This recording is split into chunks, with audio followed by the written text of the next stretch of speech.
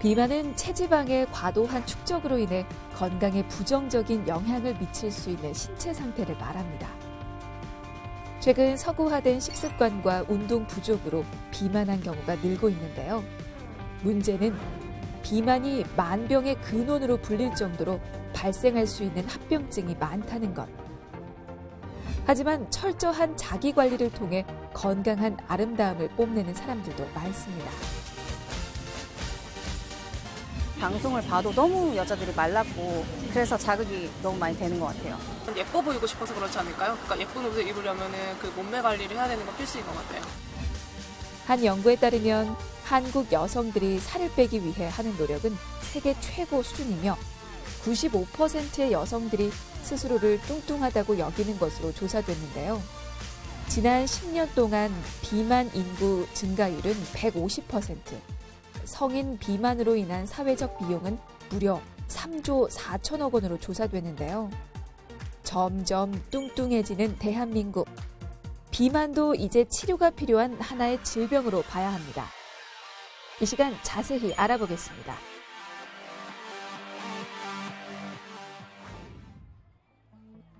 비만은 다양한 원인에 의해 발생합니다.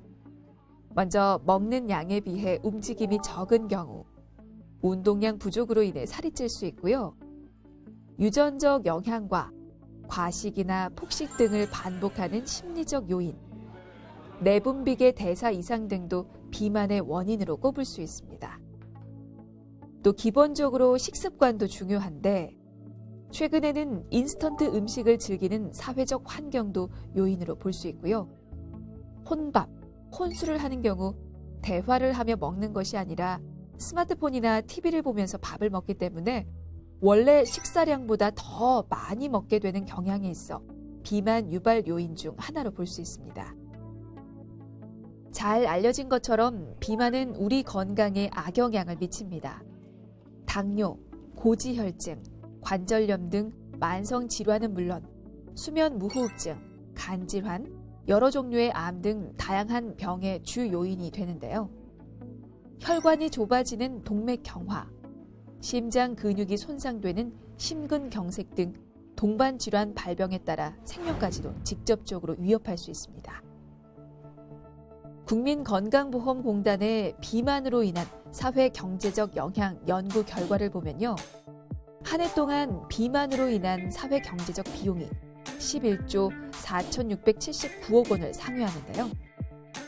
의료비에 의한 손실 규모가 가장 크고 생산성 저하액, 생산성 손실액 순으로 손실 규모가 큰 것으로 조사됐습니다. 개인의 행복도와 관련 깊은 비만 탈출. 삶의 질을 높여줄 올바른 비만 치료에 대해 알아보기 위해 김정은 원장을 찾았습니다.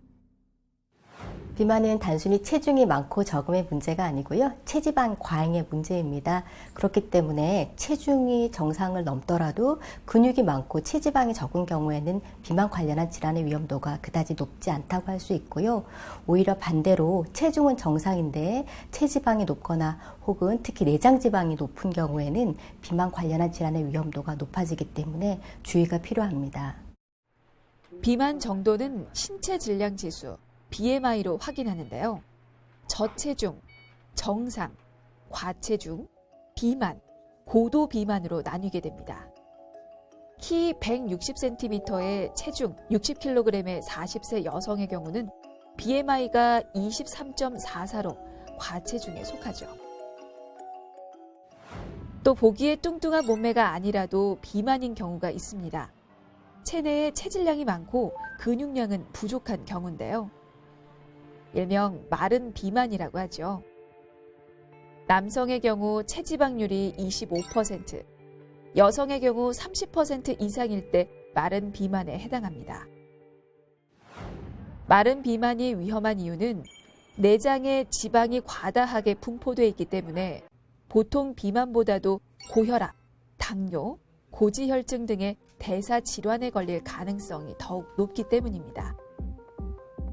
특히 장기 사이에 낀 내장 지방은 피하 지방보다 건강에 미치는 악영향이 9배 이상 높은 것으로 알려져 있어 주의가 필요한데요.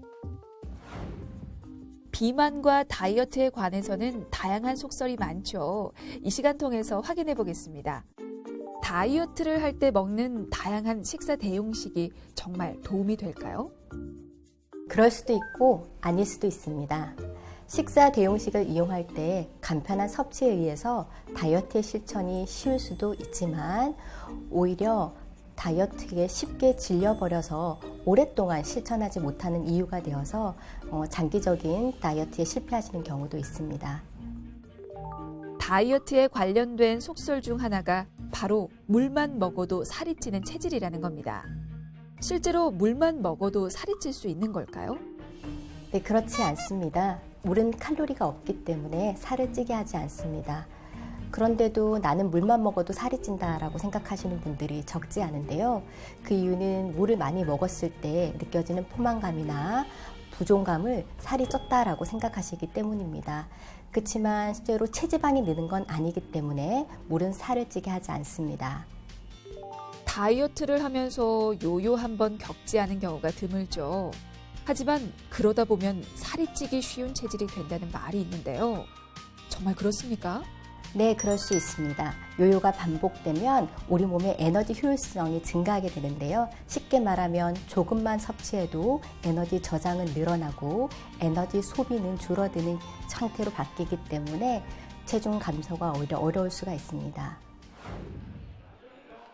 비만은 지방세포와 연관이 깊습니다. 지방을 저장하는 세포로 백색 지방세포와 갈색 지방세포로 나뉘는데요.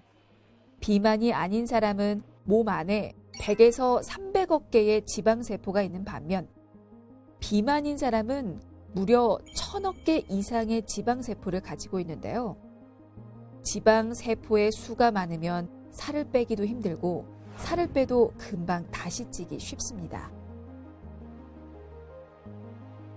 근데 이 지방세포는 크기가 무한정으로 커질 수가 있습니다. 그렇기 때문에 실제로 액녀 에너지가 쌓이면 쌓일수록 체지방 크기는 무한정으로 커질 수가 있기 때문에 체중은 한번 증가하기 시작하면 아주 제한 없이 증가할 수가 있게 되는 거고요. 실제로 한번 생성된 지방세포는 일부러 그것을 파괴하거나 아니면 제거하지 않는 한은 없어지지 않습니다. 최근 가공식품 섭취가 늘어나면서 식습관 등 생활 환경이 변화하고 있는데요. 그와 동시에 소화기에 높은 유병률을 보이며 빠르게 증가하는 병이 있습니다. 바로 소화비만인데요.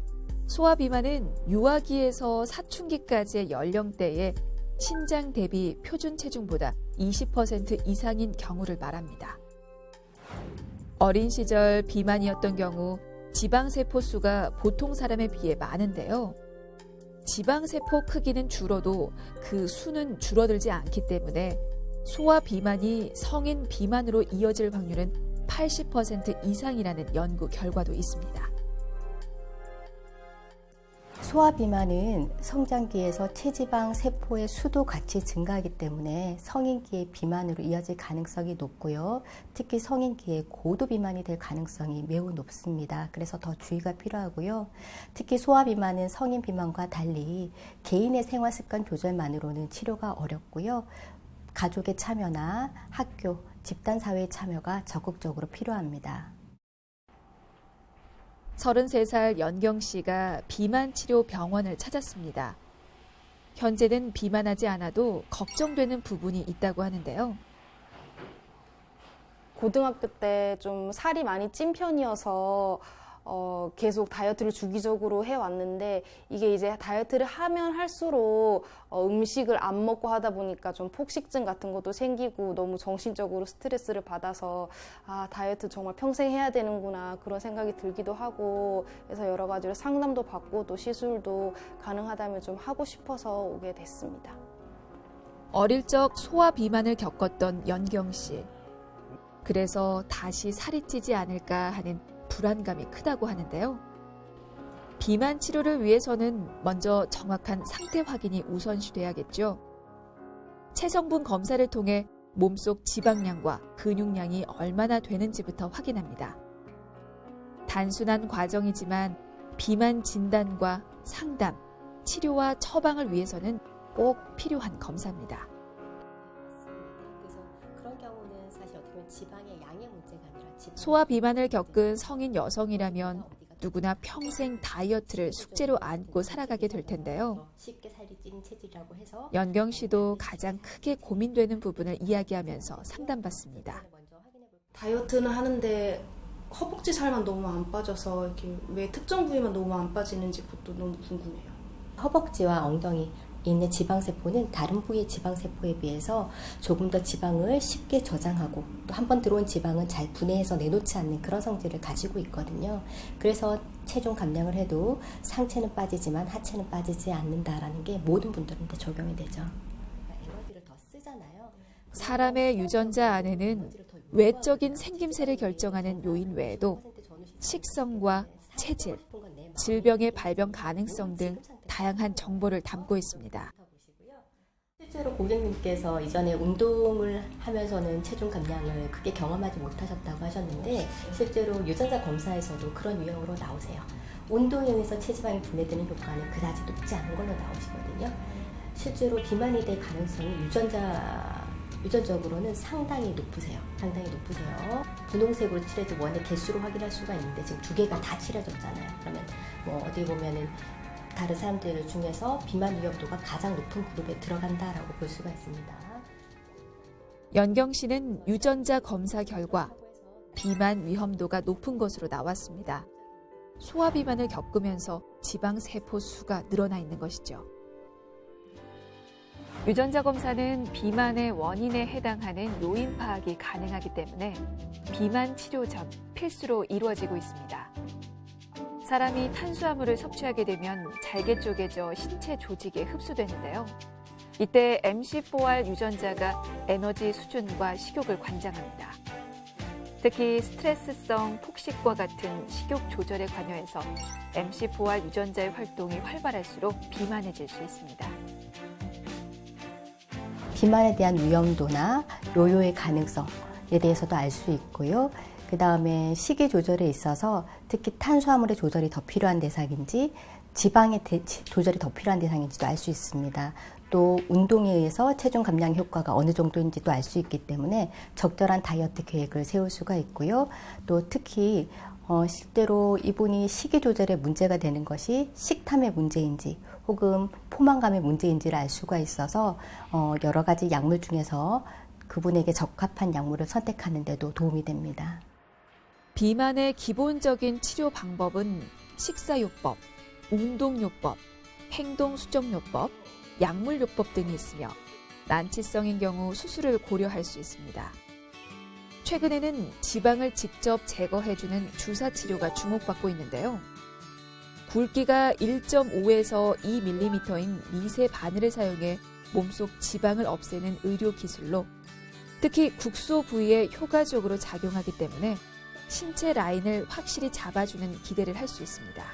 지방세포를 직접 뽑아내는 시술입니다.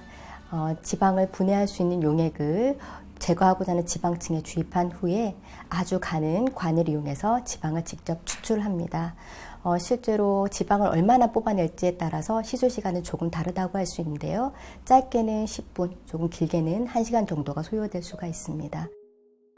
수술과 동일하게 지방세포를 추출하고 셀룰라이트 연결을 직접 파괴해서 주변부 지방까지 배출을 유도하는데요. 비슷하게 여겨지는 지방 분해 주사는 약물을 지방층에 주사하는 방법으로 시술 부위에 따라 꼽는 주사 바늘도 많은 데다 여러 번 해야 효과를 기대할 수 있습니다. 하지만 지방 제거 주사는요, 지방 세포 개수 자체를 없애기 때문에 다시 살이 찔 확률이 적습니다. 비만이 질병이다라는 사실이 너무 명확해진 이후로는 비만에 관련한 연구들이 굉장히 많이 되고 있습니다.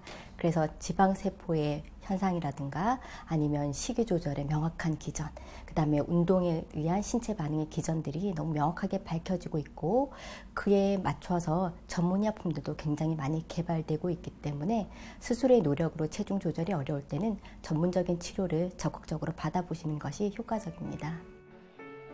비만은 이제 치료가 필요한 질환으로 보는 만큼 올바른 식단을 유지하고 꾸준한 운동을 하는 것이 무엇보다 중요합니다. 규칙적인 운동을 하면 체지방 감소 및 내분비 대사 기능 향상, 혈중 지질 농도와 당 조절 능력 개선 등의 효과가 있는 것으로 알려져 있는데요. 건강한 생활 습관을 통해 비만을 예방하고 치료할 수 있도록 지속적으로 노력해야겠습니다. 다이어트 실패가 개인의 의지탓만은 아니라는 말씀을 꼭 드리고 싶고요. 제가 진료실에서 만났던 수많은 다이어트 실패의 원인들은 대부분 너무 짧은 기간만 다이어트를 하려고 했거나 혹은 틀린 방법으로 다이어트를 하려고 했던 경우입니다. 그래서 자신에게 맞는 올바른 다이어트 방법을 찾아서 충분히 긴 시간 집중하시면 여러분들도 성공하실 수 있습니다. 다이어트를 할 때는 먼저 비만의 원인이 무엇인지 꼼꼼히 따져보고 자신에게 맞는 운동 및 생활 습관 교정을 병행한 방법으로 해야 하는데요. 스스로 하기 힘들 때는 전문적인 도움을 받아 즉각적인 변화를 기대해 보는 것도 좋습니다. 당신의 체중이 늘어날 때마다 건강은 나빠지고 있다는 점을 잊지 말아야겠습니다.